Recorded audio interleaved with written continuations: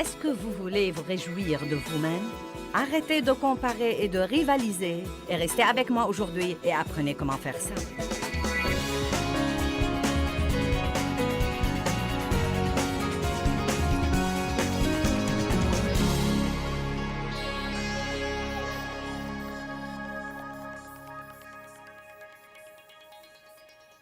Si mon mari vient me dire « Tu sais quoi, je voudrais passer la journée avec toi. » Eh bien, que veux-tu faire? Oh, peu importe, je voudrais juste passer la journée avec toi.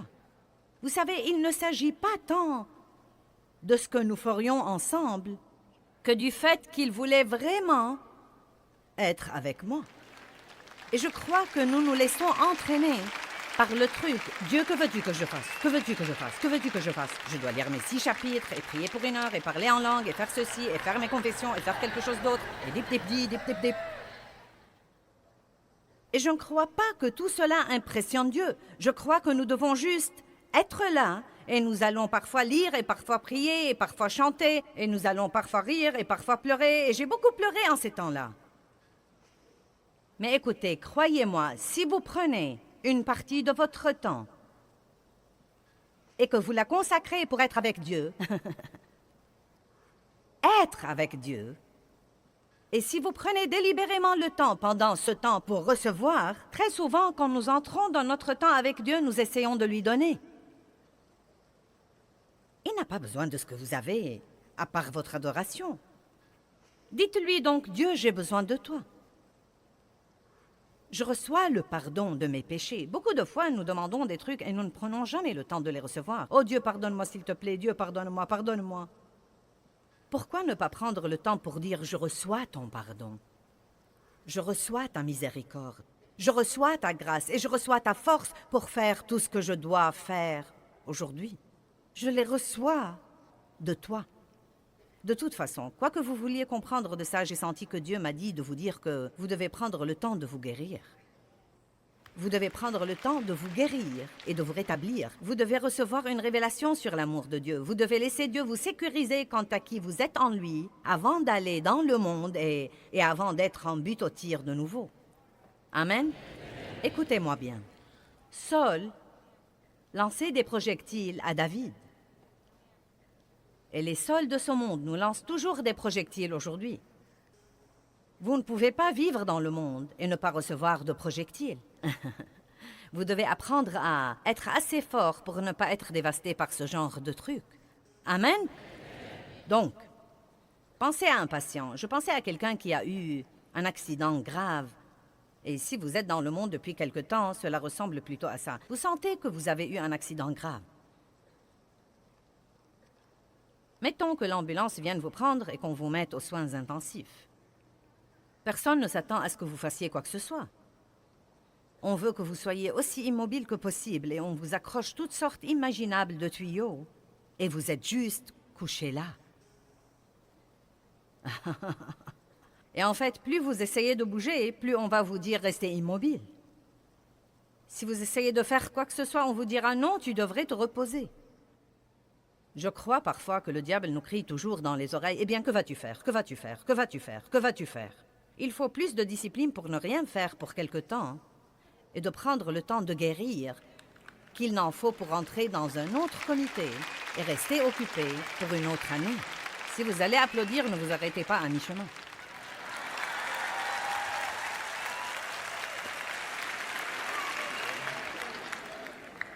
J'ai pris plus de temps que je ne le voulais pour dire tout ça. Cela veut-il dire quelque chose à quelqu'un comme quoi vous devez prendre quelque temps pour... Et vous savez, je crois même parfois, et j'ai même trouvé que pour moi parfois, je crois parfois que quelque chose nous blesse vraiment. Et parce que nous sommes des gens de foi, vous savez, nous n'aimons même pas admettre que ça nous a blessés. Oh, je suis très bien, le Seigneur soit loué. Et vous essayez de feindre et vous vous y habituez vraiment. Et vous savez, nous recevons ces coups différents des médias et c'est toujours intéressant quand les gens essayent de dire des choses sur votre compte alors qu'ils ne savent rien du tout. Et ce n'est pas facile, ça fait mal.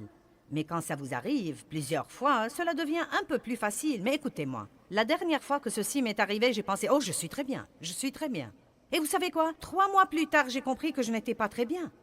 Ça m'avait blessée. Et j'avais besoin de prendre du temps pour laisser Dieu lui-même et peut-être même l'amour d'autres personnes de me ramener à une attitude où je me sentirais vraiment forte de nouveau.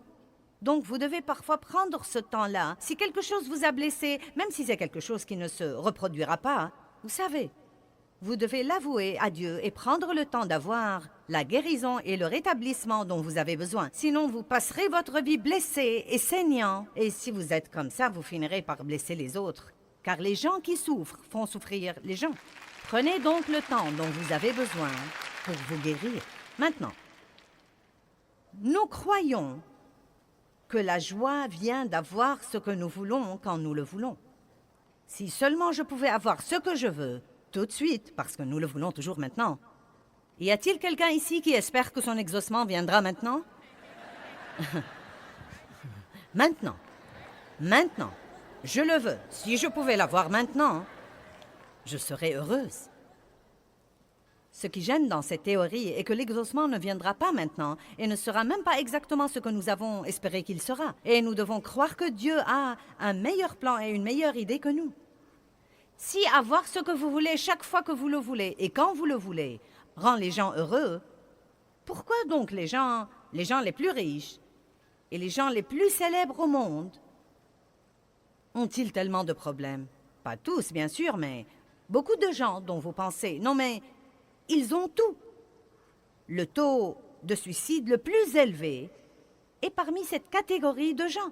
Donc cela en soi prouve que ce n'est pas ce que vous avez autour de vous qui vous rend heureux, mais c'est ce qui se passe au-dedans de vous qui vous rend heureux. Voilà la différence. Donc, j'ai vécu toutes ces années et j'ai commencé à parler la nuit dernière de toutes les choses qui me faisaient penser. Eh bien, si seulement je pouvais changer ceci, et si seulement je pouvais changer cela, je serais heureuse. Et si je pouvais avoir ceci, je serais heureuse. Ou avoir cela, je serais heureuse. Et il m'a fallu tant d'années pour me rendre compte que ce n'est pas vraiment ce qui me rendrait heureuse. Et pendant toutes ces années où je poursuivais ces mirages, j'étais vraiment frustrée. J'ai dit hier que la grâce est la puissance de Dieu qui nous aide à faire ce que nous devons faire. La grâce est la puissance de Dieu qui change ce qui doit être changé dans nos vies. C'est la puissance de Dieu qui nous change. C'est la puissance de Dieu qui change nos circonstances. C'est la puissance de Dieu qui change les personnes dans votre vie qui ont besoin de changer. Combien d'entre vous ont un projet en cours dans votre vie ou quelqu'un sur qui vous travaillez? Eh bien, vous n'êtes pas le potier. Et il vous serait probablement reconnaissant si vous rentriez chez vous et vous le dispensiez du tour de potier, et si vous compreniez que vous n'êtes pas le Saint-Esprit Junior et que Dieu n'a pas besoin de votre aide. J'étais très occupée à essayer de me changer et j'ai essayé de changer ma personnalité. La femme de mon pasteur était vraiment douce et toute petite et blonde avec des yeux bleus et j'étais vraiment comme un éléphant dans un magasin de porcelaine. Et donc, quand elle disait quelque chose, c'est à peine si on l'entendait. Et quand je disais quelque chose, tout le monde l'entendait. Donc, j'ai essayé d'être comme elle. J'ai voulu avoir une relation avec elle parce qu'elle était la femme du pasteur. Et après tout, vous savez, si on peut être en relation avec les gens importants, cela nous profiterait sûrement. Et vraiment, il y avait quelque chose qui clochait. Il semblait que nous ne pouvions pas nous entendre, vous savez. Et j'ai finalement découvert que j'essayais de lui ressembler et qu'elle essayait de me ressembler. Le diable l'avait convaincue qu'elle était effacée et mollasse et faible et qu'elle devait être plus hardie et plus agressive et plus directe. Et il m'a convaincue que j'étais une grande gueule et odieuse et que je devais être douce et gentille comme elle. Et je me demande combien de gens au monde essayent d'avoir des relations, mais ils ne sont pas leur vrai moi. Ils ont les yeux sur quelqu'un d'autre et souhaitent être comme cette autre personne. Et ils sont loin de se douter que cette personne a les mêmes sentiments. Je suis heureuse de pouvoir aller déjeuner avec Darlene aujourd'hui sans vouloir être comme elle et être heureuse d'être moi. Mais il y a eu une époque où je n'étais pas du tout comme ça. J'aurais pensé, oh, si seulement je pouvais chanter comme ça. Si seulement j'avais des cheveux blonds, si seulement je pouvais porter une robe sur mon jean, être superbe là-dedans. J'y ai pensé ce matin quand elle était là. Je l'ai vue porter ce qui a l'air d'être une paire de rideaux de fenêtre et ça lui allait à merveille. Non, mais elle peut enfiler n'importe quoi et mettre une ceinture dessus et la descendre jusque-là et mettre une paire de bottes et rejeter ses cheveux en arrière et sortir et être superbe. Pas moi, mince alors. Je dois travailler là-dessus.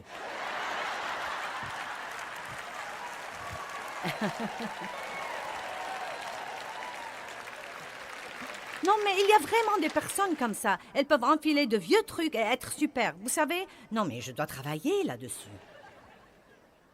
La liberté, c'est quand vous n'êtes plus obligé de vous comparer à quelqu'un d'autre désormais. Savez-vous que la liberté est quand vous pouvez juste être vous-même et savoir que Dieu vous aime pour vous et qu'il vous aime inconditionnellement et qu'il ne vous aidera jamais à être quelqu'un d'autre. Il ne veut pas que vous soyez quelqu'un d'autre. Il veut que vous soyez le précieux vous qu'il vous a créé pour être.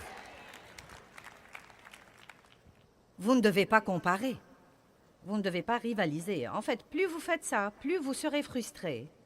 Parce que Dieu s'opposera à vous. Il vous résistera. Et Dieu lui-même vous frustrera.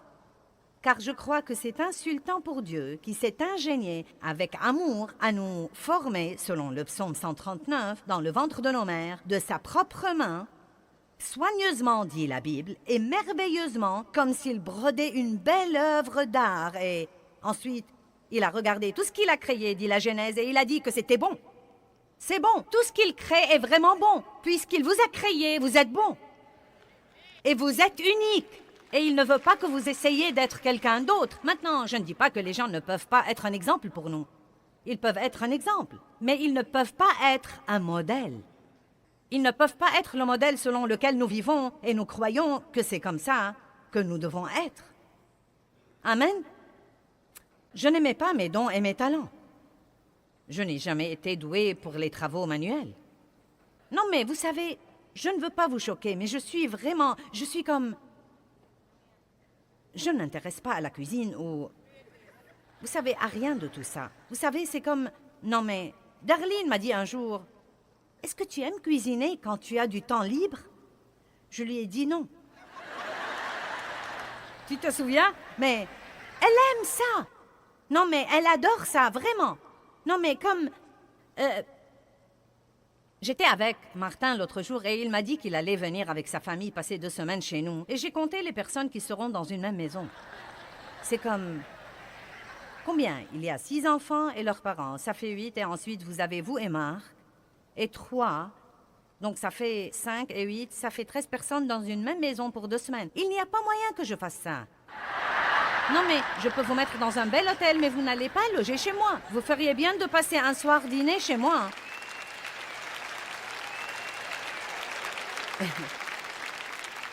Et puis je ferai commander le repas du restaurant, je ne le cuisinerai pas. Eh bien, elle aime tout ça. Donc la voilà, cette femme dans le ministère, qui a un grand ministère mondial, et qui rentre chez elle pour être une femme d'intérieur, et elle aime cuisiner, et elle invite les gens, et elle cuisine, et elle est accueillante, mais je ne veux pas me mêler de tout ça. Rien de ça. J'avais une voisine qui était comme ça. Elle était Miss Femme d'intérieur à l'époque où je manquais d'assurance et où je ne savais pas qui j'étais. Quand j'avais besoin d'une année pour m'accrocher à la vigne. Allez, je dois m'adresser à quelqu'un aujourd'hui. Quand j'avais besoin de cette année pour m'accrocher à la vigne, pour m'accepter et m'aimer, Dieu a dû régler quelques trucs en moi avant de pouvoir travailler par moi. Il y a des gens parmi nous aujourd'hui et des gens qui nous regardent à la télé. Vous voulez que Dieu fasse quelque chose de grand par vous, mais vous ne lui permettez de rien faire en vous.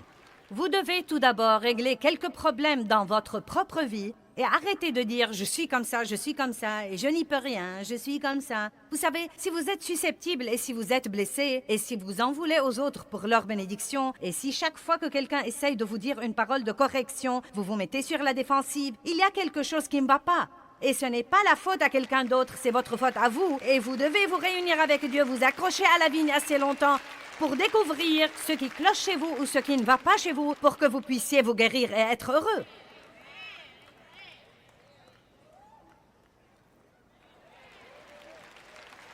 Alléluia. Vous connaissez l'histoire de la culture des tomates et je ne vais pas vous raconter à nouveau tout ça aujourd'hui, mais ma voisine savait tout faire. Elle cuisinait, et cousait, et chantait, et jouait de la guitare.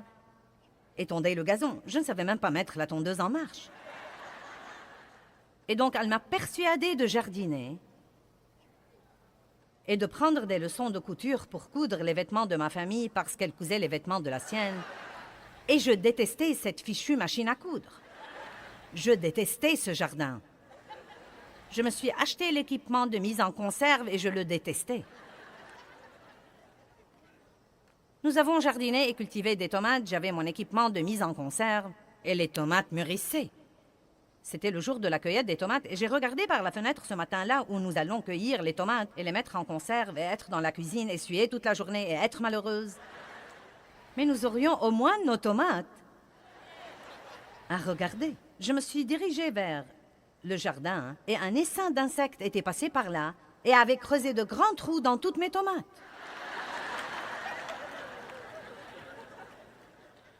Et je n'ai pas compris parce que j'avais prié sur mes tomates. J'étais une femme de foi. J'avais prié sur mes tomates et j'avais oint ces tomates. Ma voisine avec qui j'allais mettre les tomates en conserve, nous vivions dans un lotissement. Sa maison était à côté de la mienne, pas plus loin que le bout de l'estrade. Elle avait son jardin dans son arrière-cour. Je l'ai appelée et je lui ai dit « Oh, ça alors! Tu ne me croiras pas. Les insectes sont venus la nuit dernière et ils ont creusé des trous dans nos tomates. Elle a couru dehors, puis elle m'a dit « Les miennes sont excellentes. » Maintenant, j'étais vraiment vexée. Bien Dieu, je suis une femme de foi et de puissance. J'ai prié sur mes tomates, je doute qu'elle ait même prié sur les siennes. Pourquoi les insectes ont-ils mangé mes tomates et pas les siennes? Il m'a dit « Je ne t'ai jamais dit de... »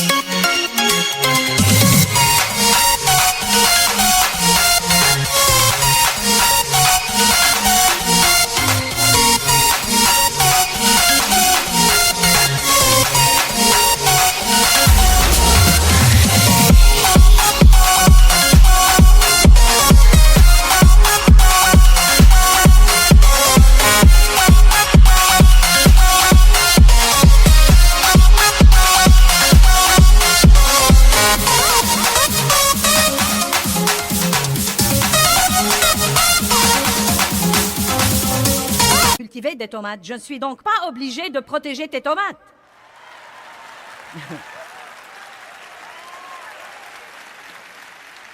Certains d'entre vous sont vexés car le diable a mangé vos tomates et Dieu ne les a pas protégées parce qu'il ne vous a jamais dit de cultiver des tomates pour commencer. Et si vous êtes intelligent, vous ne devez pas rester dans le royaume des tomates.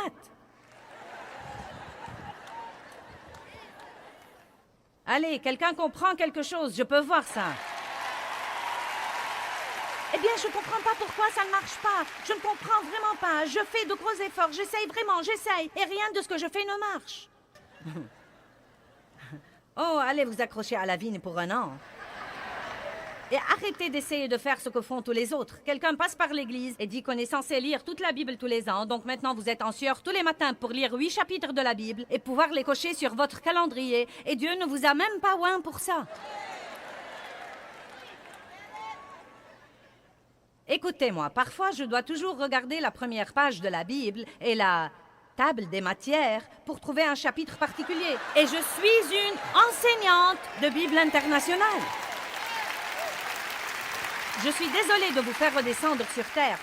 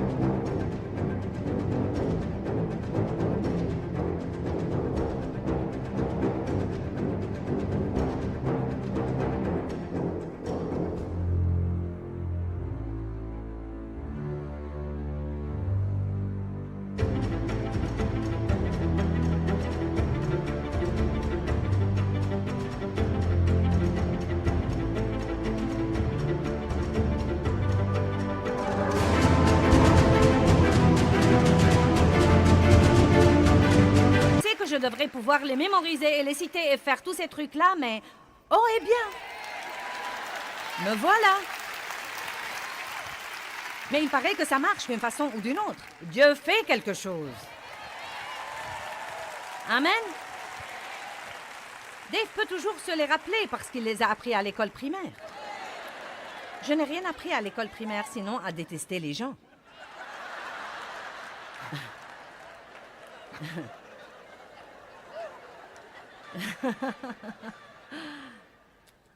Je n'ai pas eu l'occasion d'être élevée comme tous les autres. Et Dieu choisit les choses faibles et les choses folles du monde pour confondre les sages, et je ne suis pas censée être comme tous les autres.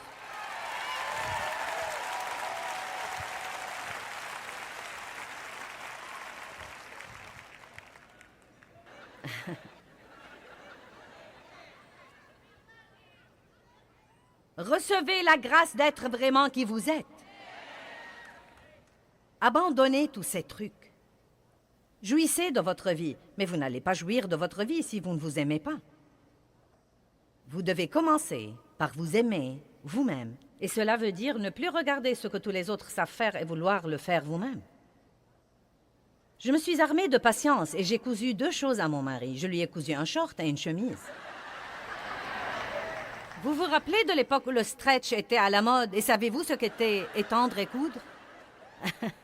Cela trahit notre âge, mais c'était ce tissu extensible et on prenait des leçons d'étendre et de coudre. Et les vêtements avaient des passepoils, vous savez, et donc c'est devenu comme une mode. Et alors, j'ai cousu à Dave un short noir avec un passepoil gris. Et quand j'ai fini, je vous dis la vérité, la poche était plus longue que la jambe.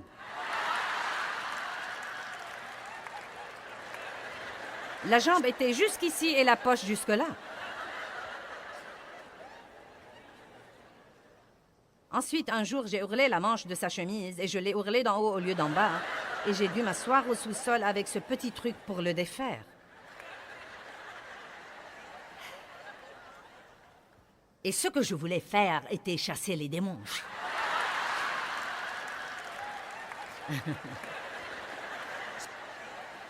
Je voulais aller imposer les mains sur les malades. Prêcher l'Évangile, et me voilà essayant de cultiver des tomates et de coudre des vêtements à Dave, juste afin de prouver que j'étais une femme ordinaire.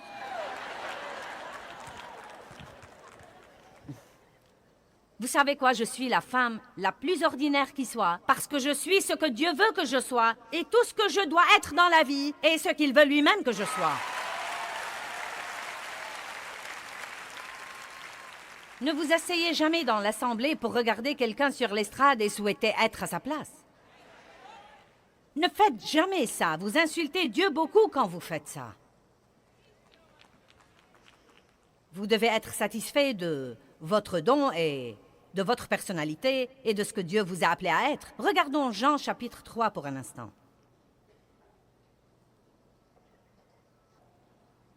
Le verset 23 dit « Jean baptisait à Hénon, près de Salim, où les eaux sont abondantes et les gens venaient à lui et se faisaient baptiser. Car Jean n'avait pas encore été mis en prison. » Jean 3, 25. Or, il arriva qu'une discussion concernant la purification opposa un juif à des disciples de Jean. Ils vinrent trouver Jean et lui dirent « Rabbi, celui qui était avec toi au-delà du Jourdain, c'est-à-dire Jésus, celui auquel tu as rendu toi-même témoignage, voici qu'il se met lui aussi à baptiser et tous vont vers lui. » Pouvez-vous voir le but là?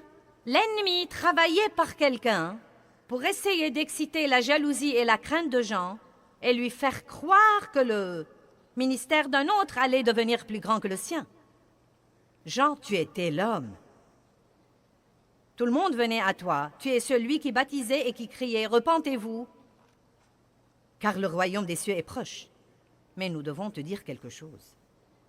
Ce type dont tu parlais n'en parle plus désormais. Il est ici. Et maintenant, il baptise et on dirait qu'il attire une foule qui est plus grande que la tienne. Écoutez ce qu'a dit Jean. Jean répondit, verset 27, « Un homme ne peut recevoir, ne peut réclamer, ne peut prendre pour lui-même que le don qui lui a été donné du ciel. Un homme doit se contenter de recevoir le don qui lui a été donné du ciel. Il n'y a pas d'autre source. Vous-même, vous m'êtes témoin, vous confirmez personnellement que je vous ai dit que je n'étais pas le Christ, mais que j'étais envoyé devant lui. Ensuite, il continue à dire, il faut qu'il grandisse et il faut que moi, je diminue. Il connaissait sa place. Il était numéro 1 à être numéro 2. Vous savez, il y a très peu de gens au monde comme ça. Chacun croit qu'il doit être numéro 1 pour être quelqu'un. Mais Dieu ne va pas oindre tout le monde pour être numéro 1. Et nous avons besoin de beaucoup de gens qui soient numéro 1 à être numéro 2, et numéro 3, et numéro 4, et numéro 5, et qui ne se laissent pas entraîner par leur numéro, mais fonctionnent dans le don que Dieu leur a donné. Le don que Dieu leur a donné. Et vous devez être content de votre don. Assis au premier rang aujourd'hui ici, et je ne vais pas les appeler parce que je ne veux pas les embarrasser. Mais deux des personnes les plus importantes dans ma vie. Non mais, ma famille est là et elle est importante. Déborah voyage avec moi tout le temps. Et elle est importante, mais je ne parle pas d'elle maintenant. Nous avons amené aujourd'hui le couple qui s'occupe de tous nos trucs à la maison. Il s'occupe de tous nos vêtements et de tous nos repas et de toute la maison, de l'intérieur et de l'extérieur. Et vraiment, il s'occupe de tout pour que Dave et moi puissions faire ce que nous faisons. Et je leur ai dit, nous aimerions vous prendre dans 2 ou 3 voyages cette année pour que vous puissiez comprendre pourquoi vous faites ceci en réalité. Parce qu'ils sont dans les coulisses et font ce que le monde appellerait de petites choses. Mais ils sont 2 des personnes les plus importantes dans ma vie, parce qu'ils me permettent de faire ce que je fais maintenant. Et ils sont si stables et si heureux. J'aime ça, car ils viennent tous les jours et sont toujours d'humeur égale.